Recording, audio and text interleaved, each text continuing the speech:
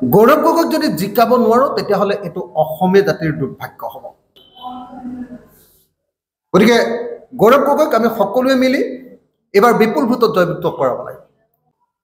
গৌৰৱ গগৈ নে তপন গগৈ, এজন সক্ৰিয় ৰাজনীতিক নে এটা গছৰ মূঢ়াক আমি ভোট দিম? ৰাইজৰ দলৰ সভাপতি আৰু মোৰ কাষতে আছে কাৰ্যকৰী সভাপতি গোবিন্দ চেতিয়া ফুকন আৰু যুৱ বাহিনীৰ আমাৰ কেন্দ্ৰীয় কমিটিৰ সম্পাদক। আমি আটাইকেইজনে স্পষ্ট আৰু দৃঢ়ভাৱে ঘোষণা কৰিছোঁ যে ৰাইজৰ দলে যোৰহাট লোকসভা সমষ্টিত গৌৰৱ গগৈক জয়ী কৰাবৰ কাৰণে সমস্ত শক্তিৰে সৰ্বশক্তিৰে আমি চেষ্টা কৰিম। মই যোৰহাট লোকসভা সমষ্টিৰ প্ৰত্যেকজন ভোটাৰক আবেদন জনাইছোঁ, আহক আমি ভাৰতবৰ্ষৰ ভিতৰতে এজন গুৰুত্বপূৰ্ণ সৰহ আৰু উদীয়মান এজন ৰাজনীতিক, ভাৰতৰ এজন উদীয়মান ৰাজনীতিক গৌৰৱ গগৈক আহক আমি সকলোৱে এইবাৰ যোৰহাট লোকসভা সমষ্টিৰ পৰা জয়ী কৰাম। গৌৰৱ গগৈক যোৰহাট লোকসভা সমষ্টিৰ পৰা জয়ী কৰাবৰ কাৰণে মই যোৰহাট লোকসভা সমষ্টিৰ প্ৰত্যেকজন নাগৰিকক বিনম্ৰভাৱে অনুৰোধ জনাইছোঁ। ৰাইজৰ দলৰ প্ৰত্যেকজন কৰ্মকৰ্তাক অনুৰোধ জনাইছোঁ। ৰাইজৰ দলৰ কৰ্মকৰ্তা মানে তেওঁ যদি যোৰহাট বিধানসভা সমষ্টিৰ হয়, তিতাবৰ বিধানসভা সমষ্টিৰ হয়, আমাৰ মাজুলী বিধানসভা সমষ্টি হওক, মৰিয়নি বিধানসভা সমষ্টি হওক, টিয়ক বিধানসভা সমষ্টি হওক, কি কয় আপোনাৰ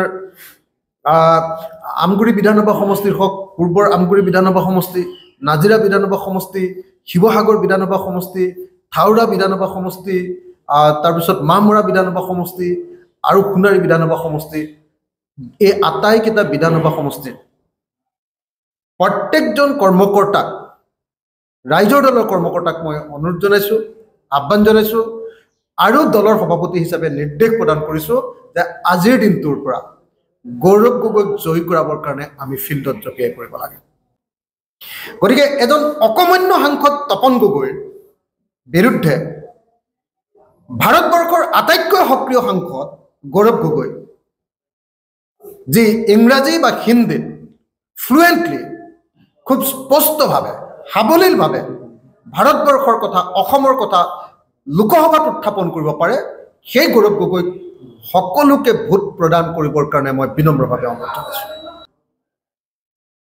এই কথা যোৰহাট লোকসভা সমষ্টিৰ মানুহে নিৰ্ধাৰণ কৰিব লাগে। মই ভাবোঁ যে যোৰহাট লোকসভা সমষ্টিৰ যিকোনো এজন শিক্ষিত ভোটাৰে, শিক্ষিত মানে অকল মই পঢ়া শুনাত শিক্ষিত কোৱা নাই, ৰাজনৈতিকভাৱে শিক্ষিত কোনো ভোটাৰে, লাগিলে তেওঁ বিজেপি দলৰে সদস্য নহওক কিয়, কোনো শিক্ষিত ভোটাৰে কেতিয়াও এই মুহূৰ্তত গৌৰৱ গগৈক ভোট নিদি তপন গগৈক ভোট দিব নোৱাৰে।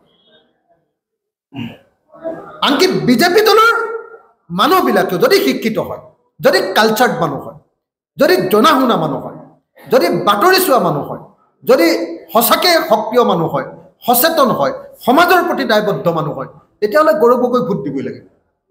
অন্ততঃ পক্ষে 3 লাখ ভোটত আমি গৌৰৱ গগৈক এইবাৰ যোৰহাট লোকসভা সমষ্টিৰ পৰা জয়ী কৰাব লাগে। মই এই মুহূৰ্তত গৌৰৱ গগৈক অন্ততঃ পক্ষে 3 লাখ ভোটত জয়ী কৰাবৰ কাৰণে যোৰহাট লোকসভা সমষ্টিৰ সকলো মানুহকে, সকলো ভোটাৰকে হাতযোৰ কৰি বিনম্ৰভাৱে প্ৰাৰ্থনা জনাইছোঁ। আহক আমি ভাৰতবৰ্ষৰ ৰাজনীতিৰ এজন সক্ৰিয় সাংসদ, অসম সন্তান, অসমৰ নাম উজ্বলোৱা গৌৰৱ গগৈ আৰু ভৱিষ্যতৰ গোটেই ভাৰতবৰ্ষৰ এজন গুৰুত্বপূৰ্ণ ৰাজনৈতিক নেতা হ'ব পৰা গৌৰৱ গগৈক আমি ভোট দিওঁ। আহক, যদি কাইলৈ যদি আমি অপজিশ্যনে, ইণ্ডিয়া অপজিশ্যনে যদি কাইলৈ চৰকাৰ গঠন কৰোঁ, গৌৰৱ গগৈ দেশৰ ভিতৰতে এজন গুৰুত্বপূৰ্ণ মন্ত্ৰী হ'ব আৰু তপন গগৈ কি হ'ব?